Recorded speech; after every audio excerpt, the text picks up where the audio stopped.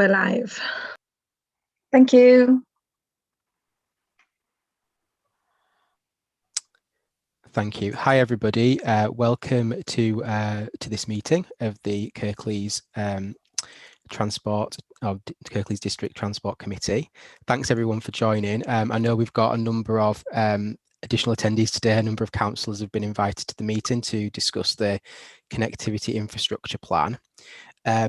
So just to kind of introduce the meeting, I think we've had a discussion beforehand because obviously people are here to discuss that that item, and we're expecting that probably to take most of the meeting, given the way that it's gone at other forums. The idea is going to be to move that up the agenda to item 7, so that we can kind of start that as soon as possible and have that the main focus of the meeting, if that's okay with everybody. I know there's a few people that've got to leave the meeting at different points. Graham, I can see that you've indicated that, so perhaps we'll come to you just for any updates before we move on to that item, just so we've had the opportunity to hear from you. But I know some other people have got to leave at other points as well, so we'll try to keep as much of that agenda as we can, so that we can cover the main items, if that's all right. Just to say as well, in terms of when we're going through the agenda items, I think the easiest thing is if people indicate in the message bar if they want to speak, or type in any, you can also type in questions as well in there if that's helpful. I'll try to keep track of that. Obviously, if you're waving as well, I'll try to see what's going on, but easier if you can indicate in that message bar. Okay, so I think we will kick off from there. So the first item on the agenda is the open forum. So this is the opportunity, really, just if any members of the public have joined the meeting and wish to ask any questions that are not, raise any concerns or ask any questions that are not part of the rest of the agenda. So yeah, indicate now if you'd like to speak on that. Martin, you've put into the box. Thanks, Chair. Obviously, we've got the connectivity infrastructure update, but as a district consultation committee, I was a bit disappointed that we aren't having more consultation items. Obviously, we know that the Network Rail Transpennine route upgrade will be going out for Transport Works order, which is something which comes through the whole of Kirklees. And this is probably the only time that this committee would have got a chance as a district committee to have a look at those issues. And also in terms of consultation, it would be very useful if we did get consultation on the major schemes that WICA are handling. We found out at scrutiny the other week that the controversial Cooper Bridge scheme is now back to the drawing board. Again, that's a £70 million scheme affecting the whole of the district. And yeah, as a WICA subcommittee, it would be appropriate if we got consultation, but certainly I'm disappointed that Network Rail's Transpennine route upgrade is not being brought to a public forum where people can, especially as we heard yesterday, the fact that there will not be now the opportunity for people to see paper copies of the Transpennine route upgrade.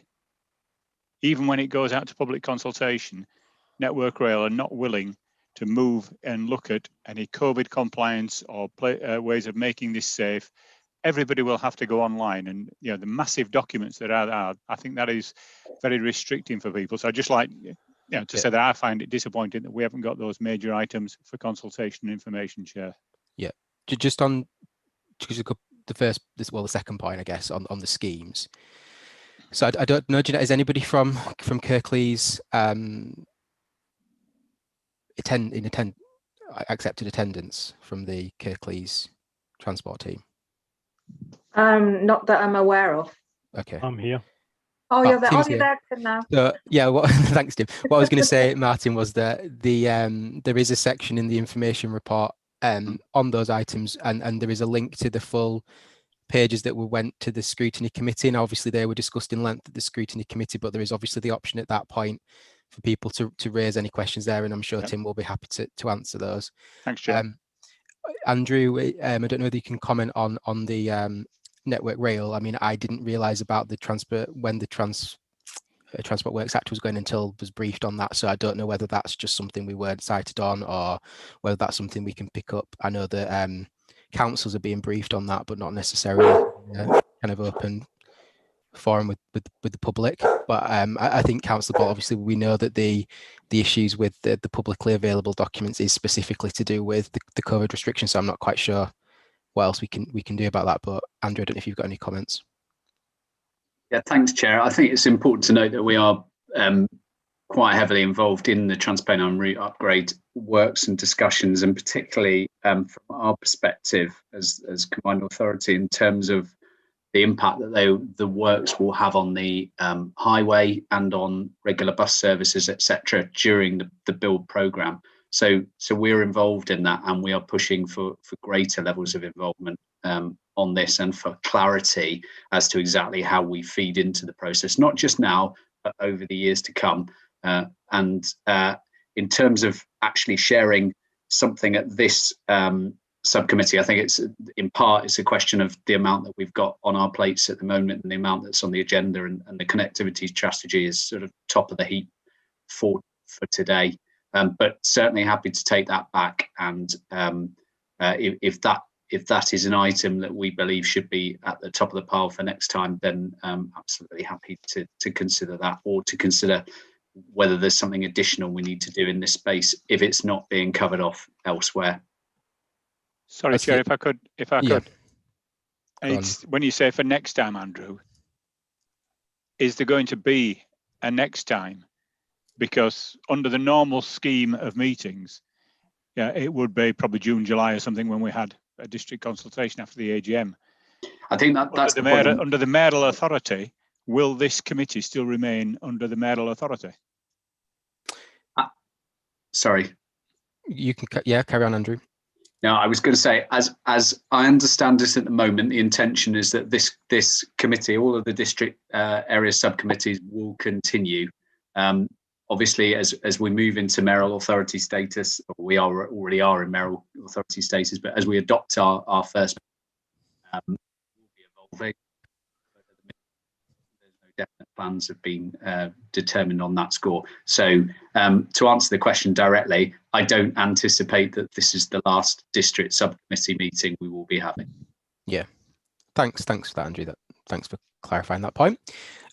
So we haven't had any other indications from members of the public to ask questions, so I'll suggest that we move on to the item so we can get through to the infrastructure plan. So the first is just apologies for absence. We've had some apologies from representatives from Mark Denton and Ian Roper. Is there any other apologies that we need to note? No, I don't have any more. Okay, that's great, thank you. Does any Transport Committee members have any pecuniary interest to declare? Nope.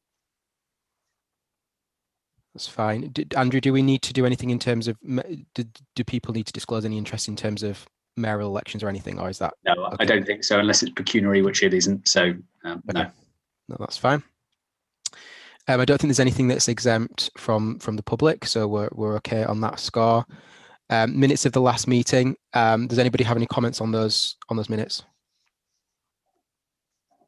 Be happy to move those as a correct record. I will, Chair. Okay, thank you. In terms of the chair's update, I don't have a massive amount of things to update on, to be honest, that are not covered already on the agenda. It was just really to cover off what we did before, Martin, really just to say on your question around what's happening to the committee. So I'm reliably informed there will be a committee in the future. So hopefully that means we will all meet again at some point. But whether it's with the same representatives on the Transport Committee, we don't know. So thank you for everybody who's taken part. Well, I've been the chair this year and in the year before. I know we've had some challenges in terms of getting meetings together and doing things remotely. So thank you for everyone that's taking part in that, and hopefully we will all speak again soon. But I think in terms of other updates, there's nothing further that's not in the report.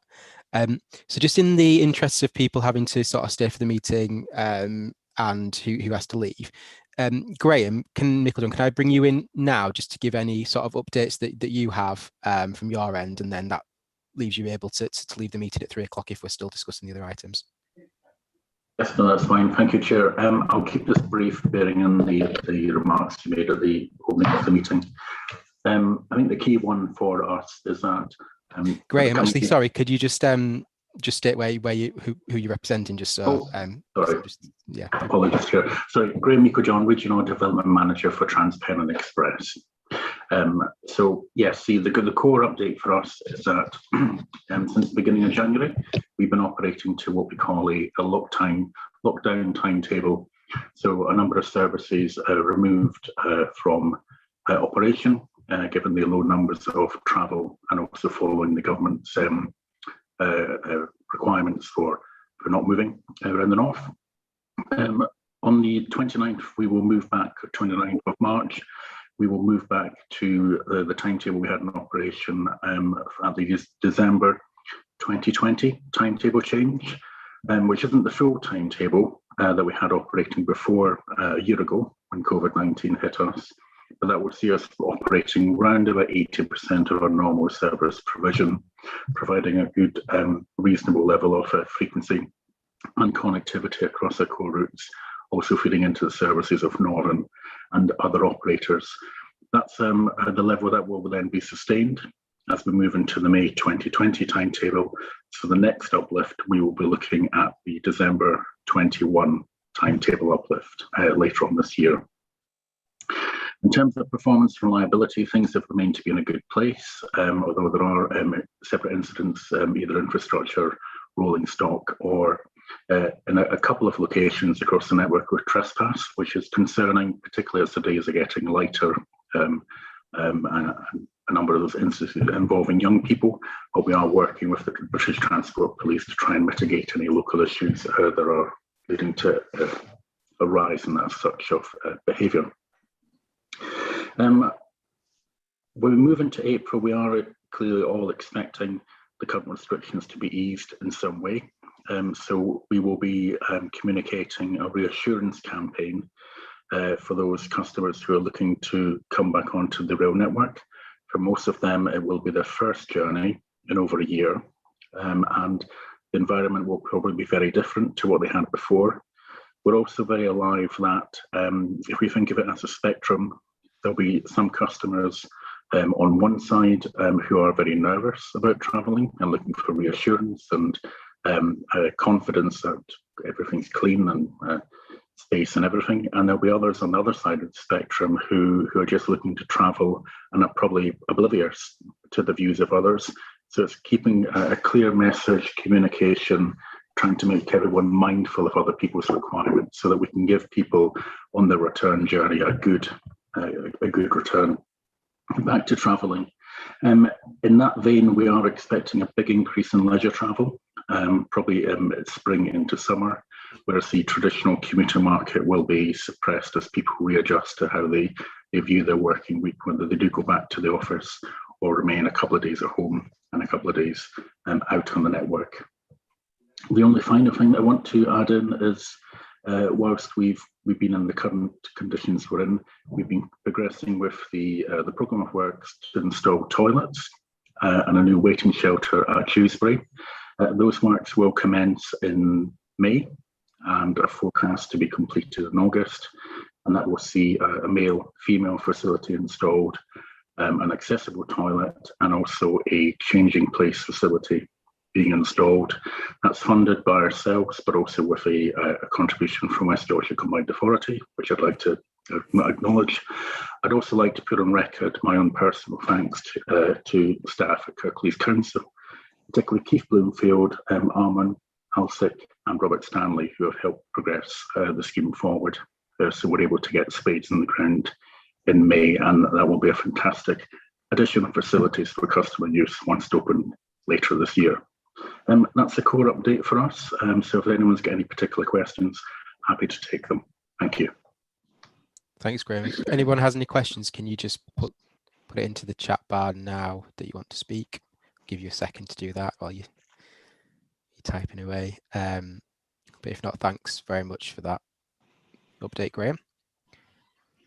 Okay, nothing coming through. So what we'll do then is we'll move on, and we'll now move on to the connectivity and infrastructure plan, which I think is what most people are here to take part in. So Tom, can I hand over to you to present that?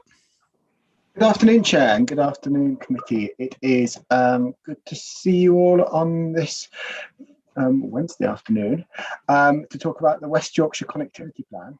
And what we'd like to do with you today is to kind of give a summary of the plan, what's it about, what's in it, how you can find out more information about it. And really the key message for today is that we need your feedback.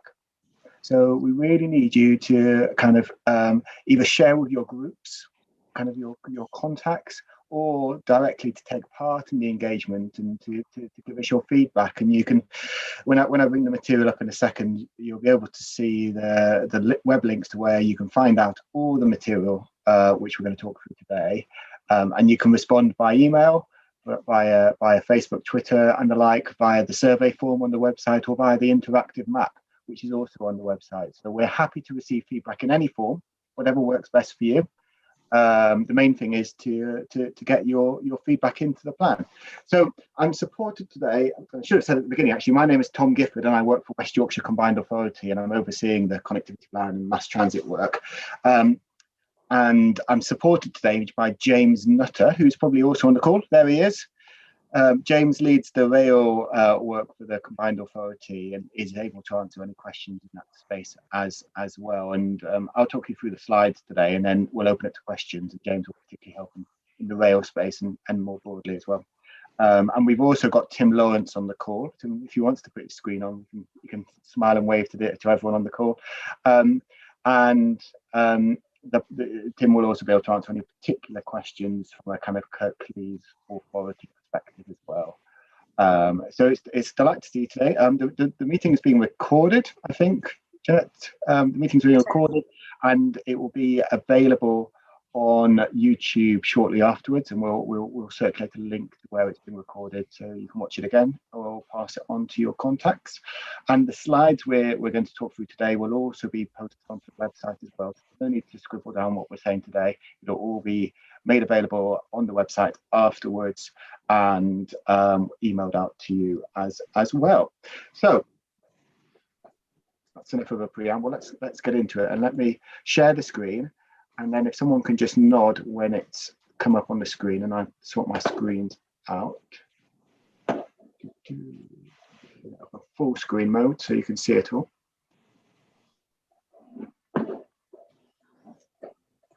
So we've got about 20 minutes or so, maybe 30 minutes, 20 to 30 minutes, depending on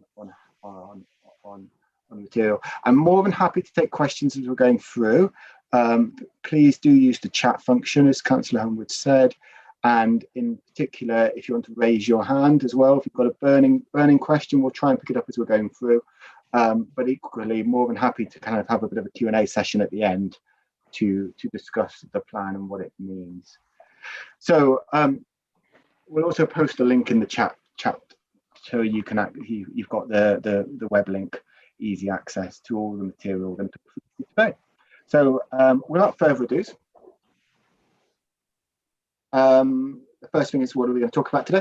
So a little bit about an overview of the Combined Authority, just one slide, just to remind everyone of what the role of the Combined Authority is. Then we're going to jump straight into the plan, what it means overall, what are some of the challenges, which we face as a region, and then get into what are the priorities by different modes of transport, and then particularly focusing on what it means for Kirklees district, and then next steps beyond that as well. So that's the agenda for today.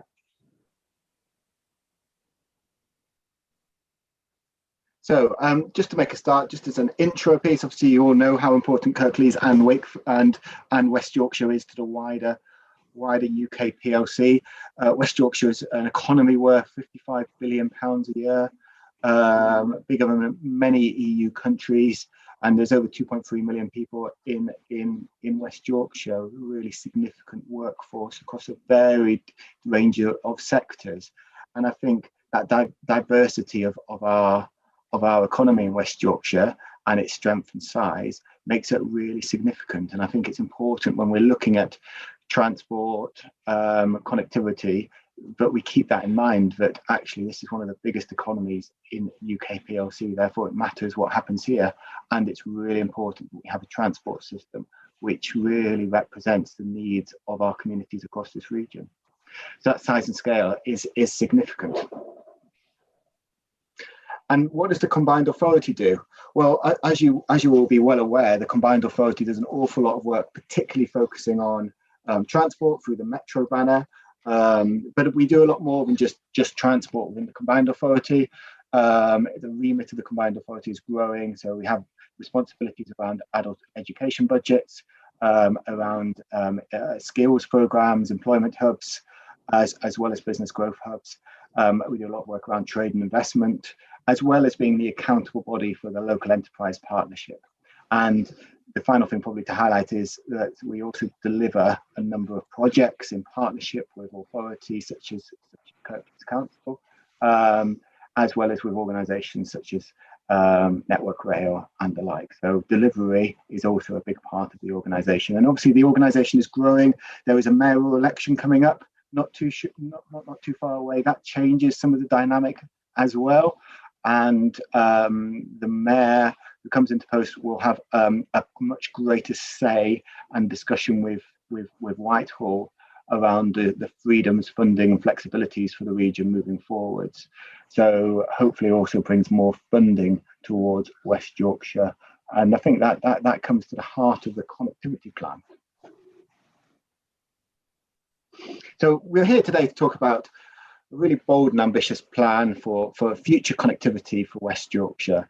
And the documents which we published bring together the infrastructure plans for the region for the next 20 years. And it's made up of a series of constituent parts. So it includes a rail vision, bus network review strategy, plans around walking and cycling, mass transit, future mobility, and then a series of evidence reports which sit underneath all of the plans. And this is a first for our region in terms of bringing together an overall plan and vision for connectivity infrastructure for the region as a whole. And it's currently out for engagement. The engagement started in January and runs until the 11th of April. And we really need people to respond to it. The plans are the start of the process, and I'll come back onto this in a moment. They're really the start of the process, and we expect them to evolve. And given this is the first time we've published plans in this way, there will be some lessons to learn. There will be some things we need to fine tune, and that's exactly what we want to hear through the engagement. The things you like, the things you don't like. What can we do differently? What should we kind of change within the plans moving forwards? So it's a real step change for us, but it's also a real opportunity to listen and reflect on the direction of travel. So the plans focus on public good, prosperity and people. And as I set out, the plans are focused on evidence. So they're built up from their evidence base, some of the transport constraints, housing growth areas, the employment growth areas, the scope of existing local plans, environmental challenges facing our region. So it's built up from a body of evidence. And as I said before, this is the start of the process rather than the definitive end. This is really setting out the framework for schemes to come forward into the future. In particular, when we're talking to government around funding future pipelines, government often wants to see an understanding of how a particular intervention fits within the bigger picture. And this plan hopefully helps to set that bigger picture for the region. So when there is a funding bid to come forwards from government, as there often is, we can then start to use schemes which have kind of fallen out of the connectivity plan and set them in the scene of these are one part of the broader connectivity plan for the region. It's fair to say the plans we have here are really bold. It's a real bold investment for future generations, and it's ambitious, and it's intended to be ambitious and push the bounds about what we want to achieve. And again, that's one of the things which we really want your feedback on. So the plan is built up from 3 challenges facing the region. COVID and the recovery. What does it mean in terms of our towns and city centres? What does it mean in terms of future travel patterns for our region? The need to connect everyone and create a more inclusive society, which connects many of our more kind of hard to reach communities, and address the productivity gap. When you look at productivity levels in the UK and West Yorkshire compared to in Europe and other parts of the world, the UK and West Yorkshire lags behind, and there's more we can do to address that. And the final challenge is obviously around climate change. As a region, we have the target to be net zero carbon by 2038. That's a really ambitious target. And as a region, we've done a really significant piece of work which looks at carbon emissions across sectors within West Yorkshire. And what that work has done is highlight that transport is the biggest emitting sector of carbon emissions in West Yorkshire. And within the transport sector, the private car is the biggest emitting mode of carbon emissions in West Yorkshire. And therefore, if you want to address carbon emissions from a transport perspective, and you want to address the big parts of that, you have to address the car. And obviously, we'll come on to that in terms of what we could do. But a big part of this is around the transition to electric vehicles and accelerating that. But it's likely we'll need to go beyond that as well if you really truly want to address carbon emissions. The final point on these challenges is that all of these points need to be addressed concurrently. So we can't just focus on one. It's about working through a plan which helps to address all of these challenges. Now, this is the first of a couple of maps, or a few maps I'm going to bring up on the screen today.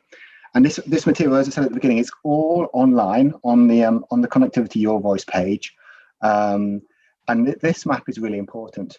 This map highlights for the first time, based on all the local plans, based on kind of understanding of housing growth, employment growth areas across the region, where those key growth areas are, but also where those areas in most need of inclusive growth are across the region as well.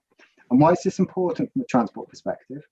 Well, it's important because understanding the function of places now and the function of places in the future is essential when designing a transport system.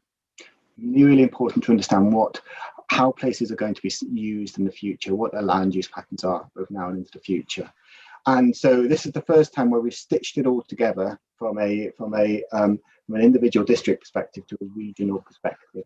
And within that, it's important to remember that the majority of trips within West Yorkshire start and end in West Yorkshire. So about 93% of all trips start and end in West Yorkshire. So we talk a lot about pan-northern connectivity. It's really important around those kind of pan-northern connections, but majority of people want to get to work, live in West Yorkshire, work in West Yorkshire, are commuting or traveling for shopping or for employment purposes, or for whatever reason, they're traveling within West Yorkshire. Now, this is an example plan. This shows half of Kirklees. There is other versions of this plan which show the other half of Kirklees towards the western side in the documentation. This is just an illustration, but I thought it was really helpful to show what's in the plan documents.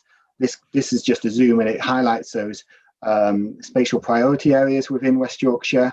You can pick those areas around Brighouse, Bradley, etc., Huddersfield, and the like. But also it starts to talk to that picture beyond just district boundaries. So actually, how do spatial priority areas in Kirklees relate to those of Calder Valley and Bradford, for example? So it starts to stitch all those pictures together, as well as highlighting the environmental resilience spatial priority areas. So these are kind of flooding, where areas which we want to particularly undertake measures to reduce the risk of flooding, as an example, as well as some of those other housing and growth areas across the region. And part of the engagement is asking, have we identified this information correctly? Is there changes we need to make? We've built this up from local plan material, and there might be fine tuning we need to do in this. This is a draft plan. So reflecting on all the evidence, the plan identifies 6 key local priorities, and it also identifies some intercity priorities as well, which I'll come on to next. But from a local perspective, the plan identifies 6 priorities. It identifies that walking and cycling need to become the first choice, particularly for short journeys. Bus needs to be at the heart of our plans, particularly revitalising our networks post-COVID. Rail, serving our main centres, needs to continue to kind of form the backbone of our key kind of city centre to city centre connectivity. A new form of mass transit can provide the missing link in our transport system to address the gaps, but also particularly focused on those high demand corridors. And we'll come back onto the mass transit piece in a little bit. And as I was saying earlier around the climate emergency, cars and vans still being important, but just used less. And then a final area around the focus on international and national connectivity, particularly in the post-Brexit world. So that integration across the modes and that focus on all of those local priorities is so essential to the plan. The plan also highlights the key intercity connectivity, focusing on our pan-northern rail connectivity priorities. And this plan highlights the need, particularly that focus on the Trans-Pennine Route electrification, an upgrade programme which is forecast and making sure that comes forward in full, as well as investment in the East Coast Main Line, the electrification of the Calder Valley Line, as well as prioritising HS2 to Leeds and to Northern Powerhouse Rail with that city centre stop in Bradford. So those are the broader pan-northern priorities. We can come back to that at the end as well. But building up from the evidence, this is in effect the key plan which is published in the pack. This identifies for the first time those key places to connect by different modes across West Yorkshire and how the different modes then integrate across those different parts of the region. And this is the summary map. So obviously at this level, West Yorkshire level, we can only get into a certain level of detail, but it starts to bring it all together into an overall picture of connectivity covering areas where there's the opportunity for mass transit, the opportunity for long distance rail investment, such as around TRU, MPR, etc. Some of the local rail priority areas, local bus, local cycling, and potential new stations and the like. So this map is part of the plan, and this forms the crux of the engagement. Are we connecting the right places by the right modes? And we'll unpack this a little bit as we go through. But this is a key part of the plan documentation, which we're asking for feedback on now. So the next few slides talk a little bit about the mass transit part of the mix. And I think it's fair to say in the engagement, which has now been running since January, the mass transit aspect of this connectivity plan is the bit which has caught the imagination the most. And we've had a lot of the feedback has come around this area of work. And this is something which we're really keen to explore with you today, as well as more broadly. And a number of you might have heard me talk around the mass transit proposals already, and I'd really like to explore them a bit further with you today. So mass transit linked to cycling, walking, bus and rail is integral to our vision for a sustainable public transport system fit for the 21st century. The vision document, which is published on our website, illustrates the corridors within West Yorkshire where the evidence suggests there is the greatest potential case for mass transit to be delivered. The map, which I'll bring up on the screen in a moment, is the first time as a region we have illustrated that integration between the modes and the role which mass transit could play in filling the gaps in our transport network. And as part of the engagement, as I've said before, we are asking, have we identified the right places to connect by mass transit? Do you agree with the vision? So the overall transit map is highlighted here, and we highlight in this map, it's the same map as I showed you earlier. We've just brought out that mass transit in the areas where there's that opportunity for mass transit as part of an integrated network here. So you can see those communities towards Cleckheath and Hepburn White, Dewsbury, as well as Chidswell area, and then towards the Murfields and down to Huddersfield Way as well. So you can start to see that overall picture. And I'll come on to in the following few slides kind of a bit more information around this. But this for me is a really helpful summary of what of the areas where there's the opportunity for mass transit around West Yorkshire.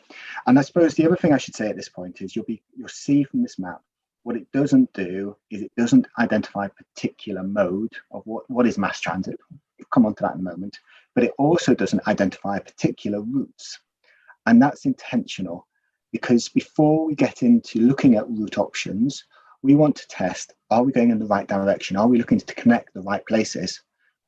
Because if we've not got this right, we don't want to spend a large amount of money doing abortive development work looking at detailed routes if we're looking at the wrong parts of the region. So if we need to fine tune this, now is a really good time to tell us before we go into the next stage of work of looking at route options. and there would be further engagements around route options as part of the next stages of work. So that's planned to come. But as of today, this is really focusing on the principle. Do you agree with the vision? And are we looking at the right places? And we'll come back to route options as part of subsequent engagements. So the area around Kirklees has a number of different areas affected or opportunities around transit. And in the vision document, we describe those individually, and we've got different pages in the vision document talking around mass transit and its implications for Kirklees. And in the vision document, we have this plan here, which is the same plan, and it's color coded. So different bits of the network are colored in different colors, and all that means is to help in the wayfinding. And then within the document, we then summarize what the implications and opportunities are for different bits of the region, the economic opportunity, but also the integration between modes. And I've just highlighted that here. We can come back to it afterwards, and you can see in the actual document where we get into the detailed tube maps for different bits of West Yorkshire, then we start to kind of highlight more places and kind of bring it to life a little bit more. So I just wanted to flag that with you, and we can come back to this at the end if there are particular questions around this. But in terms of what do we mean by mass transit, I've been talking a bit about it. It's a bit of a difficult term, isn't it? It's not always clear what mass transit actually is. And so what we've done in the vision document is highlight the 4 candidate technologies for mass transit. And these technologies build on the worldwide market testing, which we held last year, where we spoke to 120 suppliers, manufacturers and operators of mass transit systems from the UK, Europe, China and beyond. And through that process, we were kind of guided towards innovating within proven technologies, rather than creating a bespoke brand new technology just for West Yorkshire. So that message was really important in the context of wanting to have a deliverable system in the next decade. And the vision document highlights the need for a blend of advanced innovative technologies, such as new bus rapid transit technologies, new light rail technologies, which allow us to leapfrog other regions, but still be grounded in deliverable options. And whilst the names of the technology might sound familiar, there is an awful lot of innovation going in each one of these spaces to reduce costs, to bring in new technologies. So, for example, light rail, tram, train, there's a lot of innovation going on in the industry to remove the need for overhead wires. Battery and hydrogen powered vehicles are now much more commonplace. So you can go through the more sensitive areas of towns and city centres without having all the ugly overhead wire catenary and electrical kit. And indeed, the ultralight rail technology has also moved forward at pace.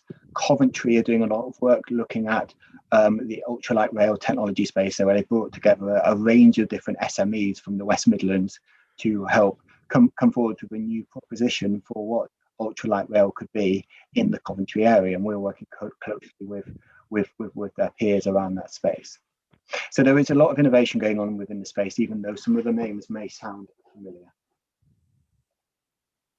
But before we design a mass transit system for West Yorkshire, it's really important we have a clear foundation for what we want to achieve through the design.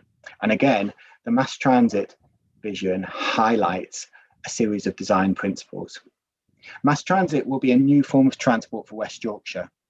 It will be integrated into the urban fabric of every community it serves. And the design principles have been shaped by our goal to create a 21st century transport system. And we're proposing 4 design principles for the mass transit system. First is putting people first, our shared environmental responsibility, creating a better connected region, and celebrating the cultural and historic assets of West Yorkshire. Now, those principles, if we get these principles right, they can help to really design a system which meets the needs of the region. And just unpicking them a little bit, putting people first is all around making sure that it's got inclusive, safe spaces around stops, multiple doors which are step-free access for easy access from all types of users, as well as affordability. Our shared environmental responsibility is about that, creating an attractive alternative to the car and making sure the infrastructure is resilient to climate change. Better connected, this is all around the integration with local bus services, integrating bus and mass transit to share infrastructure where practical, rather than competing against each other. That integration with walking and cycling, cycleways, rather than competing against each other, as well as that integration with local rail services. So when you come out the front door of a train station, the mass transit service is right outside the door as much as possible. And then the final one is around that celebrating West Yorkshire and really enhancing our urban spaces and supporting regeneration to create a symbol for the region, and also building and retaining the skills to develop this type of proposal and operate it and manufacture it within West Yorkshire. So there's some really bold ambitions around transit, and it's a step change from the types of proposals which have come forward before. There's also a question about making this happen, and the question we're often asked is, crikey, this is ambitious, but is this going to happen? And that's a fair challenge to ask. The vision document talks around the timetable, and it highlights the need that this will need to be phased. It won't all be able to happen at once, and that it will be a blend of the technologies we talked about rather than a single binary choice between tram or BRT or ultralight rail. It will need to be a blend to reflect the needs of different communities in different areas. And that's part of the engagement which we're doing now, and we'll come back to in future engagements as well.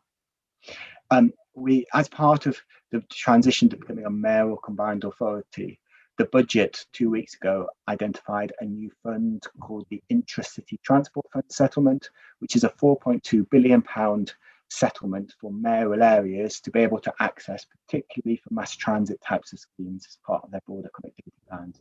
That money will need to be shared between the 8 mayoral areas, but it will provide a real opportunity for us to bring forward the first phase of mass transit. The first phase of mass transit it will come from somewhere within this map, most likely.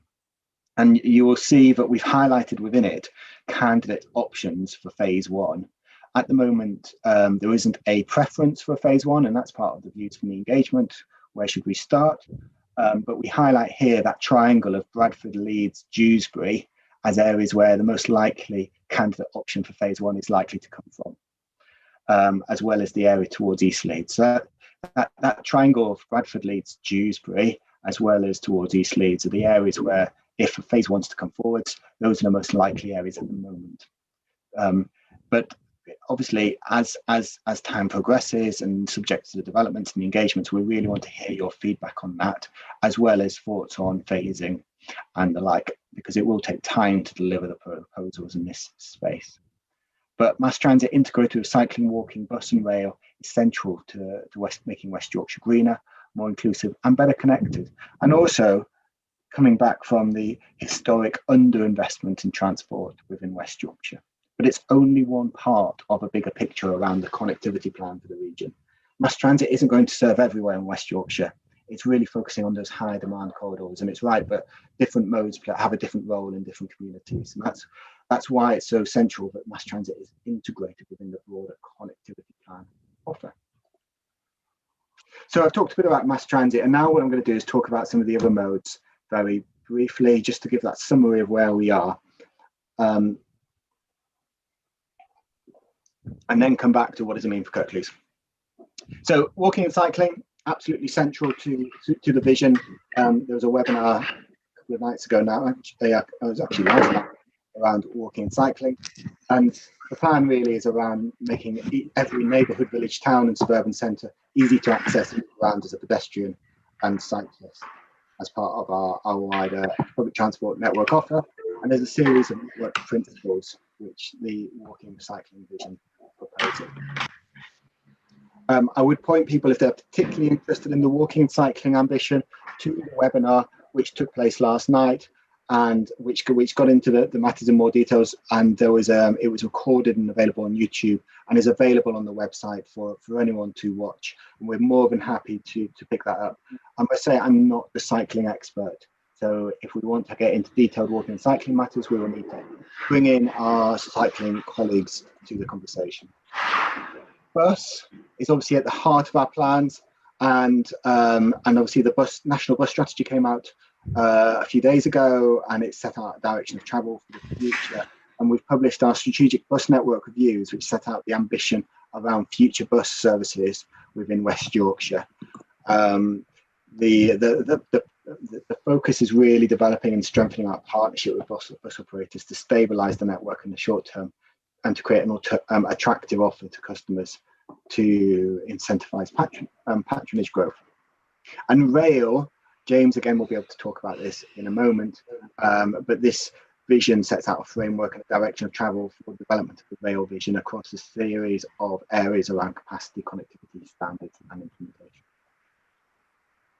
So we've talked a lot about the connectivity plan today. It talks about different modes. What the plan also does is it sets out a series of priorities against 3 programs. We've got schemes for delivery by 2025, strategic regional priorities for development by 2025, and then options for the delivery thereafter.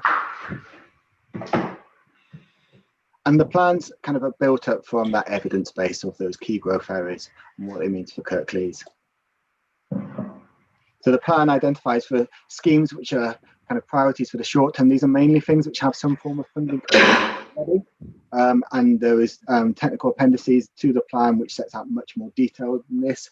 But we've got a series of walking and cycling in investments, particularly around City Connect Phase 3, walking and cycling investments coming to Dewsbury Town Centre and Huddersfield Town Centre, as well as Bradford to Brighouse Greenway, just to pick out some examples.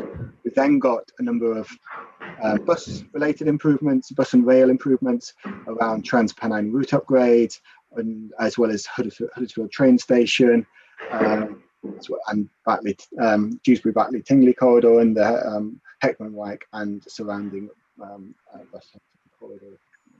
And then a series of schemes to really focus on improved traffic flow on series of different areas of the network. You can find much more detail about any of those in the plans. And then from a regional perspective, there's that focus on further phases of City Connect coming forwards, network improvements for walking and cycling. From a bus, it's around strengthening our partnerships with operators and reviewing the case for franchising post-COVID. Rail, there's that focus on Trans-Pennine route upgrade coming forwards, including full electrification, NPR serving Bradford and Bradford, Manchester and Leeds, HS2 Phase 2B coming forwards, and then the longer term plan for the local network. Mass transit, there's a priority around accelerated development of phases 1 and 2. And from a road perspective, there's a focus towards alternative fuels, so the accelerated move to electric vehicles, but also just getting on with maintaining the highway network for all users. And also, in the context of the climate emergency, examining the evidence to introduce highways demand management to help address the climate emergency, to start thinking about reducing car trips. So a series of priorities at a regional level. And then finally, before I kind of sum up and pass back to the chair, I think there's some really important parts about what this means for the future of Kirklees and bus. There's obviously some challenges in terms of accessibility around bus. Many of the addresses within Kirklees don't have that accessibility to a bus stop, so that's something which we need to address. There's future network improvements, don't necessarily give all the significant demand increases for providing those extra connections to new development sites, and that's something which we need to work through. Obviously on rail, the TRU reliability and journey times are key, and they need to be linked into some of the new developments.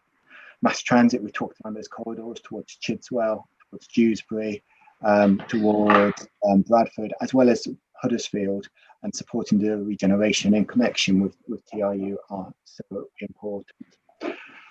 And the final thing before I pass back is just the webinars, which are either coming up or coming. We've got a series of webinars which are being recorded and put onto the website. The link is here. I'll put it into the chat in a moment. We've got ones on each of the modes, and there's been a mass transit one, a rail one, walking cycling one so far. So hopefully that's been a half an hour review of where we are with the plan. And I see there is, I'm just going to open up the chat. I haven't been keeping an eye on it as about here. And I think I would really welcome to kind of go through some of the comments and questions, Chair. I'm more than happy to pick up some of the points as we've gone through. Yeah, thanks, Tom. Yeah, there have been some comments and some questions, and but I think it kind of made sense just to leave them to the end, just in case there's anything that sort of came up that answered those questions. I can just also ask if people, if you're not speaking, can you just go on mute? We got to start to get a bit of noise at the end there, so I don't know if somebody's accidentally turned themselves off mute. So we'll go through questions in order. So, Councillor Smage, you got in there first. So do you want to come in with your question first? Thank you. Yes, on your mass transit document, you've got a page that says Bradford to Dewsbury, and I'd just like a clarification, please, because you say in the towns of Cleckheaton, Gummersall and Birstall, but the Bradford-Dewsbury corridor includes Birkenshaw as well. So can I just clarify that, please? And then you say much of South East Bradford and communities such as West Bowling, East Byley and Homewood need economic support and regeneration. Can I clarify, please, do you mean East Byley? Because East Byley is in Kirklees and is a village. Or do you mean Byley, which is within Bradford? I do think that we need clarity on this, because your maps, you can't see on your maps, they're too general to be able to see which roads you mean in where. Do you know what I mean? You've got some of the main roads, but you haven't got all of them there. And so you can't see if a lot of this mass transit or bus priorities or anything like this actually affects your ward very easily, because you can't see the roads. And the other document that I'd like to ask you is about the appendices. If you go through the appendices, you can find options from connectivity corridor case for change reports. And some are more immediate than others. Now, Appendix 2, if you go through that, you'll find that you're proposing to put a bus lane in Birkenshaw and Birstall. And you're talking about a Birstall bus hub. But nobody has actually discussed this with ward councillors. So I'm wondering when exactly the combined authority are going to actually discuss any of these options, wherever they are, with ward councillors. Because the combined authority has a history for Birkenshaw of trying to put a segregated cycleway through Birkenshaw without actually talking to anybody in Birkenshaw or the ward councillors. Now, luckily, that situation was resolved and a segregated cycleway is not coming through the middle of Birkenshaw, so our businesses will not be affected. But these options that you've got here, there's no discussion with ward councillors on them at all. Yet you're consulting on a plan that involves options for different areas of Kirklees. So when are you going to discuss those with people so they know what impact is the potentially may be, or what benefits there may be on any of these options? Thank you. Thanks, Councillor. Tom, is there anything you can add to that, please? Yeah, so I'm happy to come in and talk to that, and also I'll bring in Tim Lawrence as well in a moment once I've been through it, to see if there's anything from a Kirklees perspective he wants to particularly pick up on in terms of those points. And thank you for the questions, Councillor Smage. I think they're fair questions, and I think the plans which we've got to this stage are very high level, aren't they? There is a lot of they're really around the principle rather than necessarily the detail at the moment, and testing, are we going in the right direction in terms of the places to connect, rather than necessarily all of the detail. So I think there's areas where we can refine them, and I think we've done a lot of work with Transport Committee members on the plans and the proposals. We've had a series of workshops with Transport Committee members, and we've also had a series of sessions with the leaders and broader stakeholders. Could we have done more with individual district councillors? I think maybe we could have done, and we're welcome to kind of have that conversation now. So the part of the engagement now is about, well, actually, are there particular parts of the region where we could have a bit more of a conversation, and we'd be more than happy to have a further one-to-one, particularly with you, if that would be of use to go for it from your kind of individual ward perspective as well. So definitely at some of the other DCSE meetings, we've kind of come away with the action to kind of talk to specific board members who've been particularly interested on the implications for their individual patch. And as I say, this is all draft. and the start of the process, not the end of the process. This is really the very, very early stage, rather than coming to you with and this is the detailed scheme and this is the implication. Before we get into that level of detail, it's really about the principle of, should we be looking at this space at all in these parts of the region? So I don't mean to interrupt, but with all due respect, been here before, and then when we get to the detail, we'll get, oh, well, it was in the high level documents and nobody said anything. So that's why I'm saying something, okay. Yeah. And yes, I would welcome some conversations, because you've got quite a lot here. We have Junction 27 in our ward and things like this. Bradford are proposing to put 1,200 houses on our boundary. And we've got air quality management zones, etc. So I think we would like some conversations before we get too far down the line as to what is proposed. Thanks ever so much. Thank you. That's no problem. I'm more than happy to set up. I'll get in contact on email afterwards, and we'll set up a one-to-one. We can work out who's the best people to come into that as well. Absolutely. Thanks for that, Tom. Councillor Lukic, you're next. You've got a few questions, so if you want to ask a few, we'll see how we get on, and then we can come back to you if there's any more. Okay, thank you, Chair. Thank you, Tom, for your presentation as well. I think, all right, so I'll ask a couple of questions. First one was about bus rapid transit, really. I'm surprised it's being considered as an option. I think it's been tried before in West Yorkshire with the FTR and things like that, and they're just not attractive, and they don't deliver the journey quality that the public would expect, with the ride qualities not really good, capacity, energy efficiency, and the lifetime costs. So I'm just wondering why we're keeping bus rapid transit in there at the moment. Some other questions. I'm not sure why the plan's treating private car as a bit of a pariah. Because obviously there's a lot of people who need to own a car, and over the lifetime of this plan, new petrol and diesel vehicles are being phased out. So I think, as you say, they're still going to be important, but I don't think the plan's doing enough to address connectivity there. And as a third question, in terms of missing links for the mass transit, I really feel that Dewsbury to Wakefield is a potential link that should be included there, because there's a lot of buses that go that way at the moment, and obviously a lot of traffic as well. And I think there's a great opportunity for modal shift there, and there'll be network benefits as well for people moving around and beyond West Yorkshire. So just if it's okay, Chair, to come back in on those, is that okay? Yeah, of course. Yeah, go.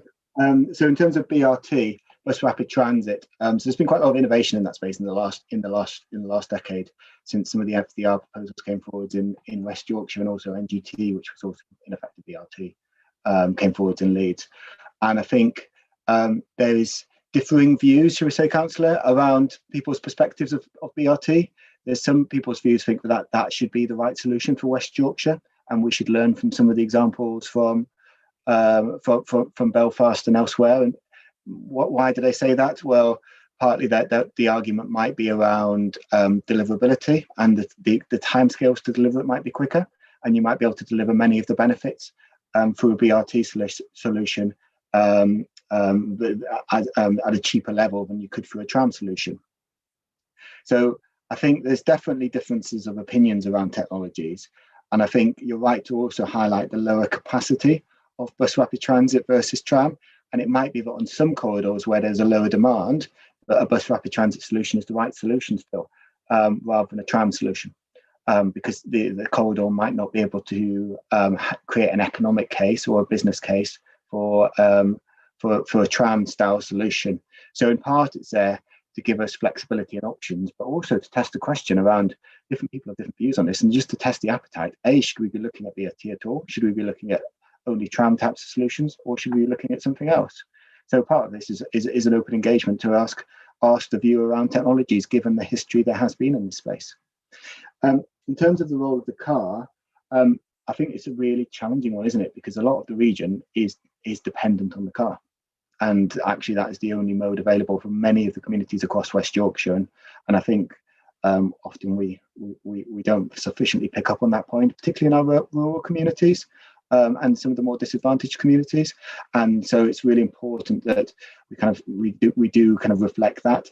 But at the same time, if we are to address the climate emergency and we are to address the carbon emissions, then there is something we need to do in the car space, and we need to make sure there's a quality alternative. So it's again a challenge, and that's why the plan is really focused on cars and vans still being used, but just trying to use them less. And it should probably say use them less, particularly in urban areas, to reflect that need to kind of better use some of the road space within the region. And your final point around Dewsbury Wakefield is a point well made. That's a corridor which we've kind of picked up in the bus network review as being one where we could do an awful lot more around bus services. And that's one which we probably want to reflect on again about whether it should be highlighted into the mass transit space. It's a really interesting opportunity in that space. But we also just need to make sure that we've got options where there is going to be a credible case for either bringing forward a BRT solution or a mass transit solution as part of the mix. So absolutely, it's a really good one to highlight and really kind of recommend that type of example coming forward for any engagement responses. Thank you. Thanks, Tom. Just to cover a couple of the comments and questions that were typed in. So one, Tom, was just whether you had any information on the public response so far to the consultation. Yeah, so we've had really strong response in terms of people kind of looking at the website, looking at the documentation, kind of looking at the material. We need obviously more people to respond, and as many people to respond to the engagement, and that's why we've set up the kind of the various ways for people to respond, either by social media, either by the email address, the interactive map, which we found to be a really popular way for people to respond, as well as through the survey. So we're happy to receive feedback in any form, and we're now in the stage where we're really wanting to kind of collate it all and bring it all together over the next few weeks as the engagement comes to its conclusion during April.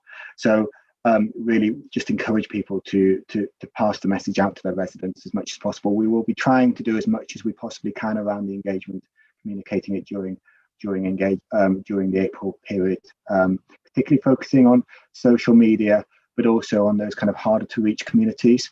And I think we just need recognition as well that during a lockdown, there's only so much we can do on social media in terms of reaching all the communities.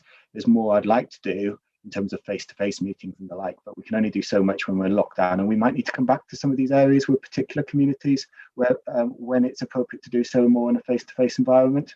So we can do so much in lockdown, but actually post-lockdown, post the mayor being in place, we might want to come back to some areas for further engagement on these principles and priorities. Okay, thank you. Just to come back on that because I typed the question, Chair. Excuse me.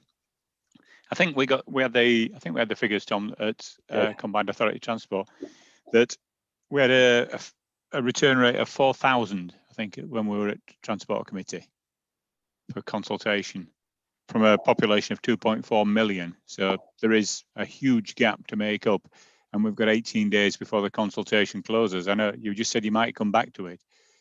For the public and for communities who haven't been featured so strongly, how are we going to come back and make sure that those people are included, given, as you say, we've had the constraints of not being able to do drop-ins or anything like that we normally would.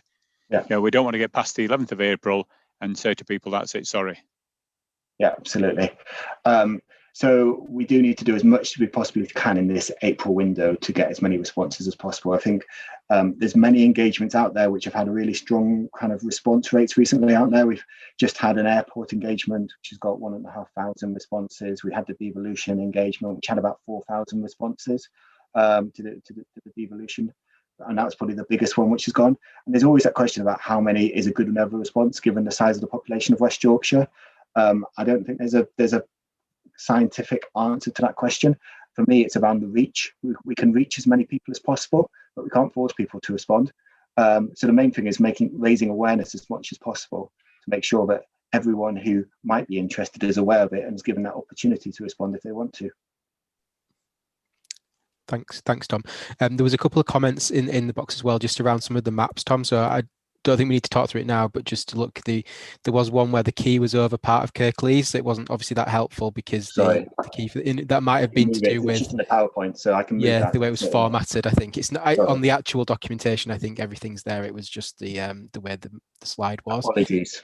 And then there was 2 comments around definitions. Could you just provide a sort of definition of what a short journey is referring to? Because obviously you talked about those being taken by foot and bike, and there was also a question about what mobility hub meant, what the definition of that was. I don't know if you can cover those 2.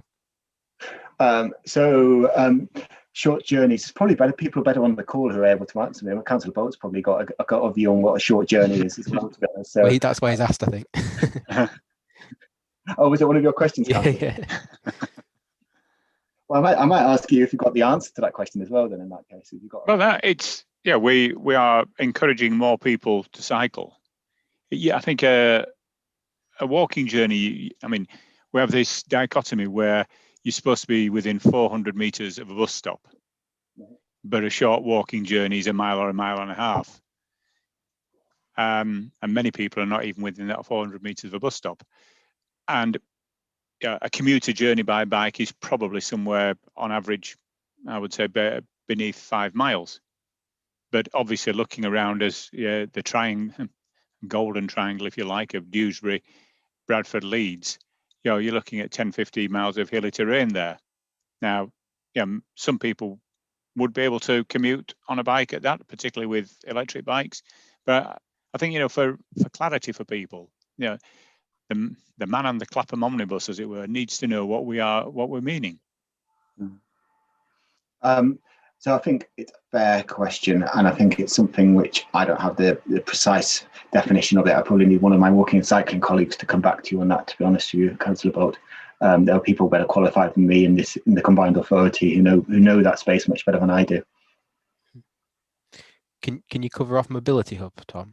And Andrew Bradley, I was wondering whether you might want to talk about mobility hubs.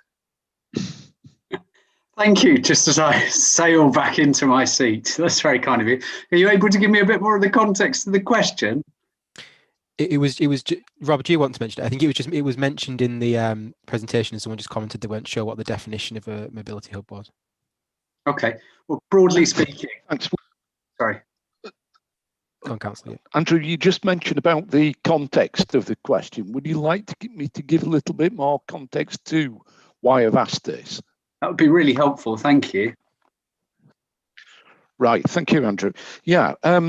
What I was thinking about was whether or not a broader kind of issue has consideration been given to the fact that people are not just using transport for the purpose of commuting to work and going into the larger urban centres for things like shopping and leisure, but has thought been given to people travelling out of those areas to access the countryside. I'm particularly thinking of stations areas up in the Combe Valley where I'm a councillor, places like Marsden and Slathwaite. Interestingly, Marsden has been designated an entrance hub by the Peak District National Park. They see it as a key hub for people getting into the national park and hopefully making less use of cars and making more use of train and bus services.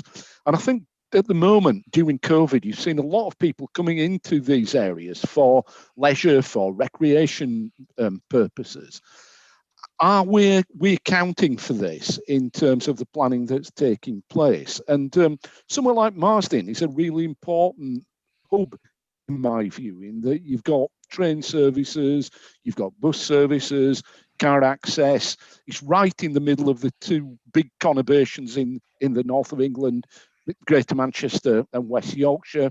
You've got excellent access for routes for things like walking and cycling.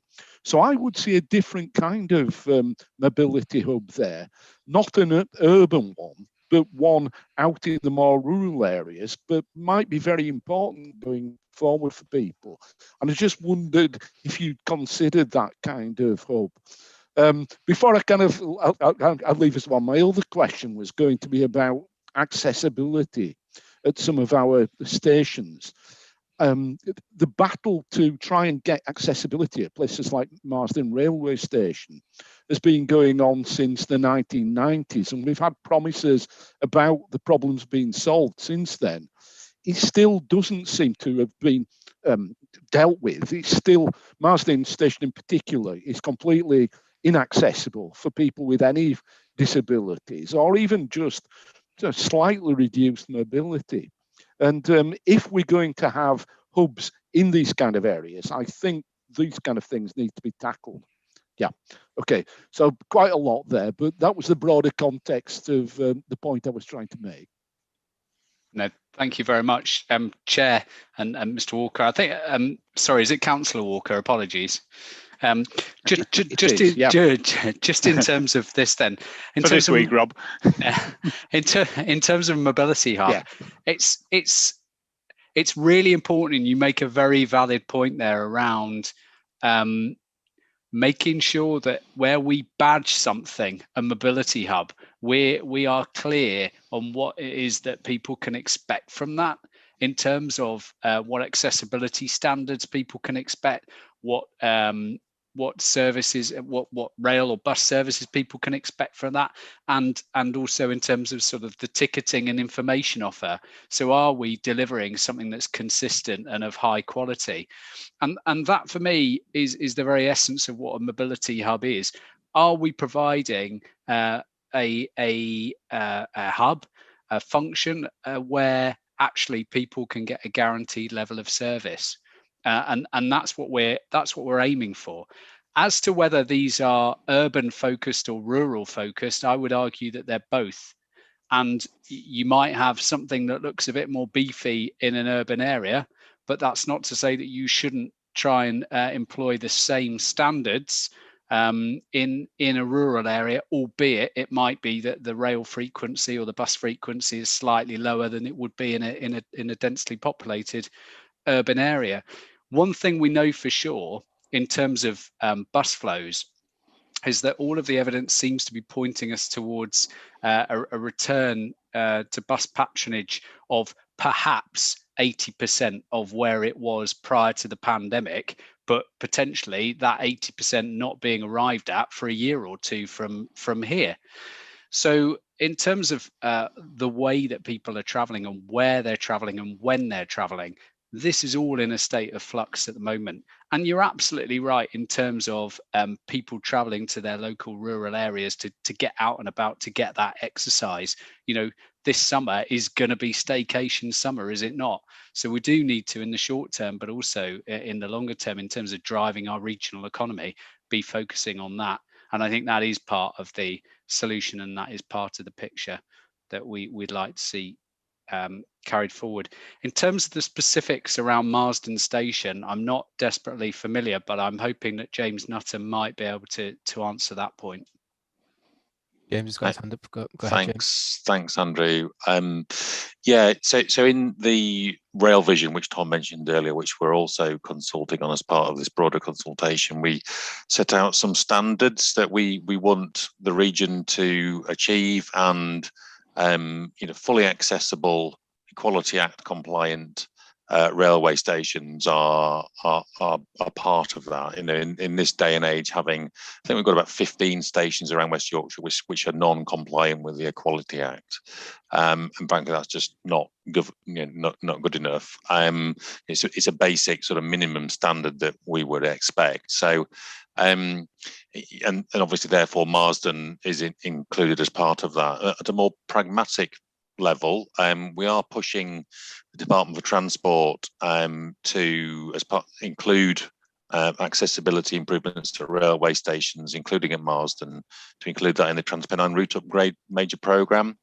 Clearly, it's it's expensive, but the whole Transpennine Route Upgrade is expensive. So let's see what comes out of that. But it seems nonsensical to us to have, improved rail infrastructure and obviously the new rolling stock that TransPennine Express and Northern are introducing, and yet people can't necessarily get onto the platforms and the stations are not upgraded. Seems a complete sort of anathema to us. So I think the other thing I would add is as well, as you will know, we will need, as part of this sort of levelling up agenda, we're going to need government funds to make some of this happen around accessibility at railway stations. I think under the current level of funding for it, I think it's going to take about 50 years to make the whole country's railway estate accessible, Equality Act compliant. So, if we truly are about,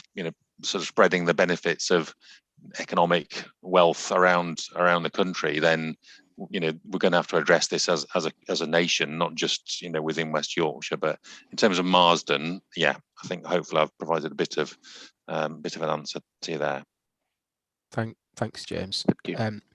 So we'll move on just in the interest of getting through all the questions. Quite a lot still there. So Councillor Bolt, did you have another question, or did you already ask it as part of the previous one?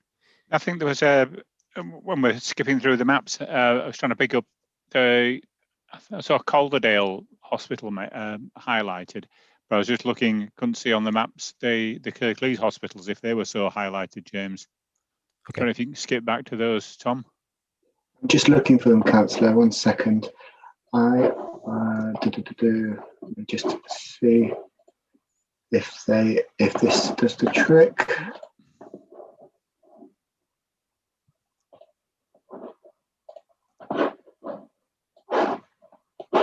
So was this the plan you were thinking of, or were you thinking of more the place plan? I think that was one way come up. Obviously, we've got Calderdale Hospital mentioned on the top left-hand side, but from a Kirklees perspective, we have HRI Dewsbury, and obviously a lot of us have to go further afield into Pinderfields, Pontefract, etc. So in terms of connectivity, if you're mentioning one hospital, we need to make sure that other hospitals are available, don't we? Absolutely, it's a fair point.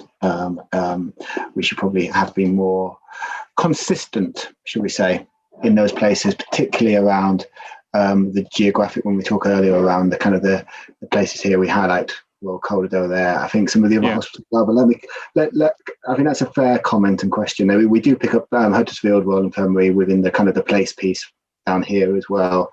And I think we do, but let me come back to you on that. And again, I'm picking up while we're on the map. Other colleagues have mentioned their localities, so it'd be quite right for me to say when you go through that. Murfield's on the corner of that map. On some maps it doesn't even exist at all, but it is a major intersection in the Kirklees transport network. It is. Absolutely agree. It is an important intersection, and so the way we've tried to do this, Councillor, is not to have a plan per district, because the aim, if we ended up with just having a plan per district, we'd end up with and the whole point here is we're trying not to just be focused on individual districts, but take that picture across the region and really reflecting on the plan I had on the screen there, that connectivity, particularly between Huddersfield and North Kirklees towards Halifax Way, is a kind of a key area. And then also in the other plans which we've got in the documentation, the need for that connectivity across from Kirklees towards Wakefield as well. So that's part of why the plans are kind of presented in that way, rather than just having this is the plan for Kirklees. But again, in terms of regional connectivity, we used to have a plan for West Yorkshire that was showing key transport corridors, and the more use on a transport corridor, the thicker the line was. I remember there used to be a huge swathe between Huddersfield and Leeds of people commuting. Yeah. Now, if we're talking about carbon reduction, transport efficiency, surely that should be the access that we're focusing on first to make the biggest impression. If we can get people who commute between Huddersfield, Leeds, Huddersfield, etc., out of the cars, that's the biggest impact on, as you've just said, on carbon reduction and everything else.